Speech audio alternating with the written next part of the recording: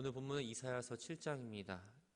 이사야 7장은 북이스라엘과 또한 아람이 연합해서 남유다를 침공하는 그 역사적 사건을 배경으로 하고 있습니다. 이 가운데에 이 남유다가 하나님을 신뢰하지 못하고 당시 강대국이었던 아수르를 의지한 것에 대한 하나님의 심판을 경고하는 내용을 담고 있습니다. 1절 말씀을 함께 보면 북이스라엘과 이 아람이 연합해서 유다를 침공했다라는 사실을 먼저 이야기합니다. 우시아의 손자요 요담의 아들인 유다의 아하스 왕 때에 아람의 느신완과 르말리아의 아들 이스라엘 베가 왕이 올라왔다. 여기서 주목해야 될 건 바로 북이스라엘과 아람이 연합했다라는 겁니다. 북이스라엘과 아람은 마치 철천지 원수처럼 늘 그 두 나라 간에는 전쟁이 끊이지 않았습니다. 마치 하나로 섞일 수 없는 물과 기름과 같은 존재였는데 이들이 연합을 했다라는 겁니다. 그 이유는 무엇일까요? 바로 두 나라가 추구하는 목적이 같았기 때문입니다. 근동의 강대국을 보상했던 이 아수르를 견제하고 남유다를 정복해서 자신들이 원하고자 했던 것을 채우려고 했던 거죠. 그런데 이들의 생각과는 달리 하나님의 도우심으로 예루살렘을 쳤지만 능히 이기지 못했다라고 본문에서는 이야기합니다. 2절 말씀을 보면 어떤 사람이 다윗의 집에 알려 이르되 아람이 에브라임과 동맹하였다 하였으므로 왕의 마음과 그의 백성의 마음이 숲이 바람에 흔들림같이 흔들렸다라고 이야기합니다. 남유다의 왕의 아하스가 자신 나라를 침공한 이 나라의 사람들이 아람과 북이스라엘인 걸 알았습니다. 여기서 다윗의 집은 바로 다윗 왕실을 의미합니다. 과거 다윗 왕이 통치했던 이스라엘은 이 근동 지역에서 가장 힘이 세고 강한 나라였습니다. 그런 왕실의 전통을 이어온 이 남유다가 지금은 위기 상황에 처했다는 것을 알려주기 위해서, 또 남유다에 닥친 이 재난이 하나님과 다윗이 맺은 언약을 성실하게 지키지 못한 그 결과라는 걸 이야기하기 위해 다윗의 집이라고 표현을 한 겁니다. 아람과 북이스라엘 침입에 아하스 유다 백성은 하나님을 굳게 의지했어야 했습니다. 그런데 그들은 영적 상태가 온전하지 못했기 때문에 하나님을 의지하지 않았고 결국 숲이 바람에 흔들리는 것처럼 그들의 마음이 흔들렸다는 걸 알 수 있지요. 3절부터 9절까지의 말씀은 이 북이스라엘과 아람군의 침범으로 인해서 남유다가 위기를 맞습니다. 그때에 하나님께서 이사야에게 명령해서 이사야와 이사야의 아들을 아하스 왕에 찾아가라고 이야기하는 내용입니다. 하나님 말씀대로 이사야가 찾아야 할 곳은 바로 윗목 수도 끝에 세탁자의 밭이었습니다. 이곳은 기드론 골짜기에 있는 기온샘에서 예루살렘 성으로 흘러가는 이 물을 저장하는 장소입니다. 주로 세탁을 하고 또한 건조가 이루어지는 지역이었는데 전쟁 시에는 급수 창고로서 군사적으로 아주 중요한 지점이었습니다. 아하스가 이곳에 나와 있음을 아시고 하나님께서 이사야와 그의 아들 스알야숲을 함께 동행시켰던 겁니다. 스알야숲이라는 이름은 남은 자가 돌아올 것이다 라는 뜻을 갖고 있습니다. 이사야에게 아들을 동행하라고 명령한 이유는 이 아들의 이름이 갖는 의미를 통해서 남유다를 향한 하나님의 섭리를 아하스 왕에게 알려주고자 했던 겁니다. 어려움에 빠진 남유다 백성들을 위로할 뿐만 아니라 하나님의 섭리 가운데 지금 불신앙하고 있는 아하스 왕과 남유다 백성들에게 모든 역사의 삶의 주인은, 또 섭리의 주인은 바로 하나님이라는 사실을 분명하게 알려주기 위해서 아들을 동행시키신 거죠. 그러면서 하나님은 이사야를 통해서 아하스에게 이렇게 말씀하십니다. 4절을 보면 너는 삼가며 조용하라. 조용하라는 말은 불안한 마음을 안정시키다라는 의미를 갖고 있습니다. 사실 북이스라엘의 힘이 많이 빠졌다 할지라도 유다가 상대하기에는 만만치 않은 전력을 가진 나라입니다. 그리고 아람은 주변 국가들 가운데 가장 센 나라였습니다. 불이 붙은 나무를 따로 떨어뜨리면 그가 힘이 없지만 그 나무를 붙여놓으면 화력이 많이 세집니다. 남유다 입장에서는 이 두 나라가 그렇게 느껴졌던 거죠. 두 나라가 힘을 합치니까 더 강하게 느껴졌고 아하스 왕은 불안에 떨고 있었던 겁니다. 그런 아하스를 향해서 두려워하지 말고 마음의 안정을 가지라라고 하나님 말씀하십니다. 아람과 북이스라엘 동맹군이 겉으로 보기에는 아주 힘이 세 보일 수는 있지만 마치 타다남은 부지갱이처럼 유다를 망하게 할 수 없을 정도로 힘이 약해졌고 보잘것없고 얼마 가지 않아 그들도 멸망할 거라는 것을 미리 암시하는 표현입니다. 6절은 아람과 북이스라엘 연합군이 왜 남유다를 침략하게 됐는지에 대한 동기가 나와 있습니다. 우리가 올라와 유다를 쳐서 그것을 쓰러뜨리고 우리를 위하여 그것을 무너뜨리고 다브엘의 아들을 그 중에 세워 왕으로 삼자. 당시 그때의 국제 정세를 보면 북이스라엘 포함한 대부분의 나라들은 친아람 편이고 반아수르 정책을 폈습니다. 그런데 이 남유다만이 오히려 반대로 했던 겁니다. 이런 남유다의 정책을 아주 괘씸하게 여겼던 이 아람이 북이스라엘과 연합을 해서 남유다를 정복하고 그 나라에 맞게 정책을 바꾸려고 했던 거죠. 그런데 7절 말씀을 보면 그 일은 서지 못했다라고 표현을 합니다. 이 말은 아람과 북이스라엘 연합군이 남유다를 쳐서 그 왕조를 무너뜨리고 다브엘의 아들의 왕을 세워서 남유다에게 친아람 정책을 세우고자 했던 계획을 말합니다. 그런데 하나님은 이런 악한 계획에 대해서 성사되지 않을 거라고 지금 말씀을 하시죠. 왜냐하면 그들의 계획은 인간의 계획일 뿐 하나님의 계획이 아니었기 때문입니다. 8절과 9절을 보면 머리라는 단어가 반복적으로 나옵니다. 이 머리는 지배를 상징하는 단어입니다. 다메섹은 아람의 수도였고 사마리아는 북이스라엘의 수도입니다.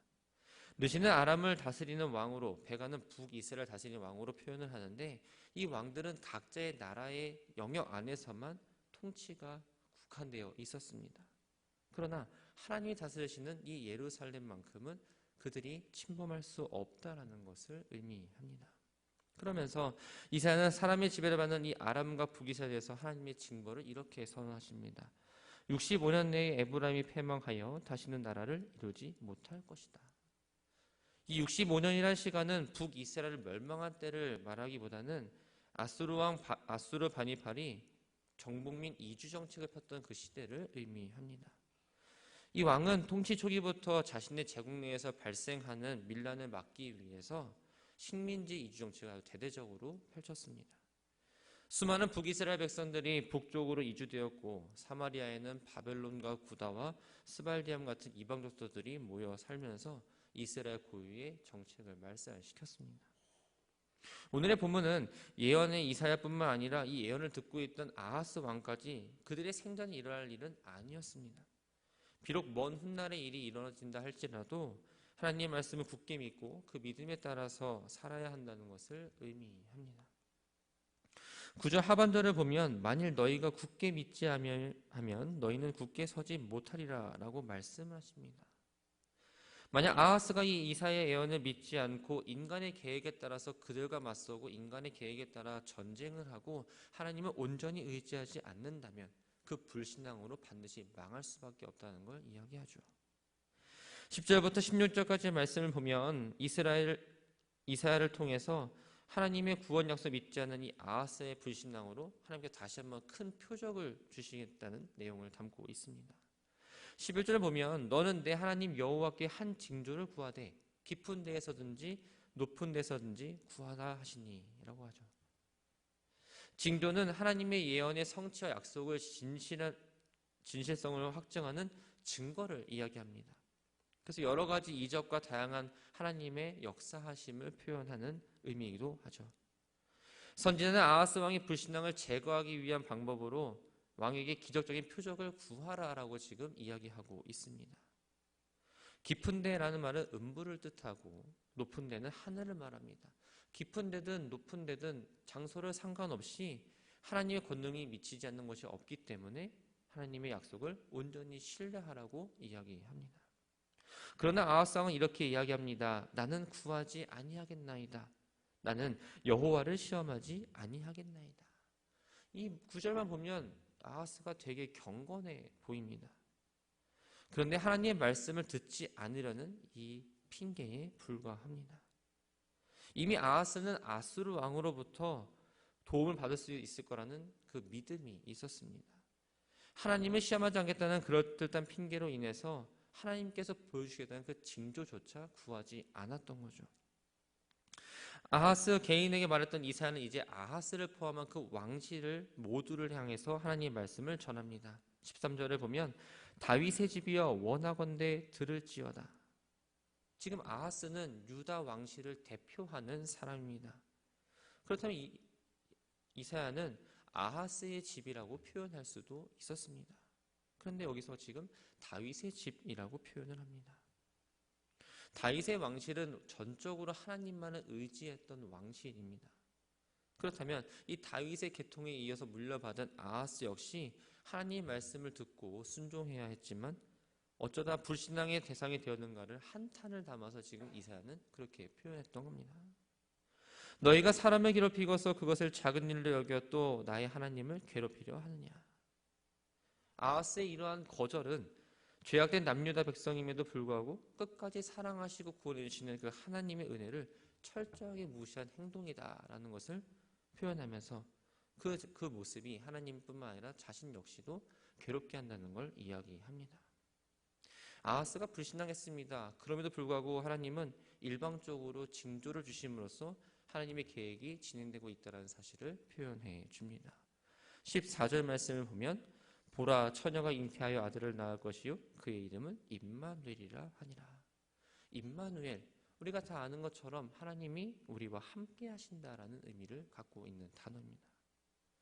처녀가 아이를 낳는다는 것, 이 불가능한 일을 하나님께서 가능하게 하시는 것처럼 예루살렘 역시 구원이 불가능한 일이라 생각이 들겠지만 하나님의 능력에 의해서, 하나님의 섭리에 의해서 그 약속이 이루어지고 하나님이 늘 그들의 백성과 함께 하신다는 것을 이렇게 표현해주고 있습니다. 15절 말씀을 보면 그가 악을 버리며 선을 택할 줄 알 때가 되면 엉긴 젖과 꿀을 먹을 것이다. 악을 버리며 선을 택할 줄 알 때라는 이 말은 아이가 커서 선과 악을 구별할 때를 말합니다. 성인이 될 수도 있고 또 학자들은 2살부터 4살 정도로 보지만 대부분은 2살, 4살 정도로 보는 것 같아요. 이 젖과 꿀은 평상시에는 풍요를 상징하고 이 광야 생활을 할 때에 하나님 은혜 가운데에 이스라엘 백성이 먹었던 음식들을 이야기합니다. 이 젖과 꿀을 통해서 북이스라엘과 아람의 공격을 인해서 남유다가 광야 생활과 같은 어려움을 맞이하게 될 거라는 것을 간접적으로 이야기합니다. 그런데 결론은 무엇입니까? 16절을 보면 대저 이 아이가 악을 버리며 선을 택할 줄 알기 전에 내가 미워하는 두 왕의 땅이 황폐하게 되리라. 두 왕의 땅, 바로 유다에 쳐들어온 아람과 북이스라엘을 의미합니다. 두 나라가 이 아이가 선악을 분별하기 되기 전에 망할 거라는 걸 이야기하죠. 실제로 아람과 북이스라엘은 남유다가 쳐들어온 지 3년 후인 주전 732년에 아수르에 의해서 아람이 먼저 멸망을 하고 주전 722년에 북이스라엘마저 멸망하게 된다는 걸 우리는 잘 알게 됩니다. 17절부터 25절까지의 말씀은 아수르를 통한 남유다의 심판에 대해서 말씀하십니다. 심판의 주관자는 누구일까요? 바로 여호와 하나님입니다. 17절 말씀을 보면 여호와께서 에브라임이 유다를 떠날 때부터 당하여 보지 못한 날을 너와 내 백성과 내 아버지 집에 임하게 하시니 곧 아수르의 왕이 오는 날이다. 에브라임은 북이스라엘을 의미하고 유다는 남유다를 가리킵니다. 에브라임이 유다를 떠날 때라는 말은 이 솔로몬이 죽은 후에 르호보암이 왕이 되었고 이때 여로보암이 북쪽 10개 지파를 함께 반영일으켜서 남과 북이 갈렸습니다. 그 주전 930년 이후의 시간들을 의미합니다. 쉽게 말씀드리면 남북으로 분열되고 나서 그동안 겪어보지 못했던 엄청난 재앙을 너희들이 당하게 될 거다라는 걸 이야기하죠. 아하스는 이 이사야의 말을 전혀 귀담아 듣지 않았습니다. 철저하게 하나님을 불신합니다. 하나님은 아하스가 의지하는 바로 그 아수르를 통해서 유다에게 지금까지 당하지 못했던 그 재앙을 내리심으로 하나님이 아니라 다른 것을 의지할 때 나타나는 그 결과가 참으로 참혹하다라는 것을 알려주기 위해서였습니다. 하나님께서 남유다를 심판하는 방법에 대해서 이렇게 말씀하십니다. 18절을 보면 그날에는 여호와께서 애굽 하수에서 먼 곳의 파리와 아수르의 땅 벌을 부르신다. 파리는 애굽을 의미하고 아수르는 벌을 의미합니다. 남유다가 자신의 동맹국인 아수르와 그들의 대적 애굽 사이에서 외줄타기를 하면서 자신의 안전을 위해서 교묘하게 외교 정책을 펼쳤지만 하나님 오히려 동맹국 아수르와 적군인 애굽의 격전지가 바로 이 유다가 되게 하신다는 걸, 그래서 유다를 철저하게 심판하신다는 것을 예언하고 있지요. 그러면서 19절에 보면 거친 골짜기와 바위 틈과 가시나무 울타리가 나옵니다. 이곳은 평소에 적에 침입할 때에 아주 유용하게 은신처였습니다. 하지만 하나님께서 남유다에게 심판 내리신 그때에는 이곳 역시 적들의 손에 넘어가서 안전한 피난처가 하나도 없다라는 걸 이야기합니다. 20절 말씀을 보면 그날에는 주께서 하수 저쪽에서 세뇌어온 삭도 곧 아수르 왕으로 내 백성의 머리털과 발털을 미실 것이요 수염도 깎으시리라 라고 말합니다. 머리털, 발털, 수염은 공통적이 있습니다. 바로 우리들의 몸에서 다 나는 털을 말하죠. 여기서 몸은 남유다입니다. 몸이 난 털에 다 제거한다는 말은 바로 남유다가 황폐하게 될 거라는 걸 의미합니다. 특히 수염을 제거당한다는 건 바로 치욕을 상징합니다. 아수르를 새어나온 삭도라고 표현한 건 바로 이 아수르의 잔인함을 이야기하죠. 남유다는 북이스라엘과 아람 연합군을 치기 위해서 막대한 돈을 가지고 아수르의 군대를 요청합니다. 그런데 이들에 의해서 오히려 잔인하게 약탈을 당하고 남유다의 땅이 유린당할 뿐만 아니라 황폐해지고 백성들이 포로로 잡혀가는 치욕까지 당하게 될 것을 미리 말씀하고 계신 겁니다. 21절부터 25절까지의 말씀을 보면 이 아수르의 침입으로 인해서 유다의 모든 산업이 다 황폐해진 걸 이야기합니다. 21절과 22절을 보면 그날에는 사람이 한 염소와 두 양을 기르리니 그것들이 나는 젖이 많으므로 엉긴 젖을 먹을 것이라. 그 땅 남아있는 자는 엉긴 젖과 꿀을 먹는다. 남유다의 생업 기반은 바로 목축업이었습니다. 그래서 소와 양을 떼로 이뤄서 목축을 했는데 아수르의 침입으로 인해서 많은 가축들이 죽게 될 뿐만 아니라 적은 수의 가축이 나온 것이라 할지라도 사람들이 너무 많이 죽어서 그것들을 넘쳐나게 먹을 거라는 걸 이야기하죠. 목축에 이어서 농업의 몰락도 이야기합니다. 그날에는 1000그루의 은천기 가치가 있는 포도나무가 있는 곳마다 찔레와 가시가 날 것이다. 1000그루의 은천기 가치가 있는 포도나무는 건 바로 최상품의 포도나무를 의미합니다. 최상품의 포도나무가 많이 있었지만 사람들이 많이 죽고 포로로 끌려가면서 그 땅을 경작한 사람이 없기 때문에 바로 찔레와 가시가 나는 황폐한 땅이 될 거라는 걸 이야기합니다. 그래서 24절 25절을 보면 이 땅들이 황폐해지고 그 땅은 야생동물의 서식지가 되어서 마땅히 농기구를 가지고 그 땅을 일궈야 되는데 오히려 사냥을 하기 위해서 자신의 몸을 보호하기 위해서 화살을 갖게 되고 겨우 그 땅은 소나 양이나 풀을 뜯는 곳으로 아주 황폐하게 됨을 이야기하며 본문의 말씀을 정리합니다. 말씀을 정리합니다. 우리는 종종 우리들의 눈에 보이는 것에 압도를 당합니다. 특히 우리가 숫자의 앞에서는 한없이 약해질 때가 있죠. 내가 나름 많이 가지고 있는 것 같은데 다른 사람이 갖고 있는 이야기를 들으면 내 것이 되게 부족해 보일 때가 있습니다. 또 많은 사람을 보면 좀 당황하기도 합니다. 남유다가 놓인 상황은 지금 바람 앞에 촛불과도 같았습니다. 본문에선 이들의 마음을 바람에 흔들리는 숲과 같다라고 표현을 하죠. 그때 하나님께서 이사야를 통해서 하나님을 의지하고 잠잠히 기다리라라고 말씀하십니다.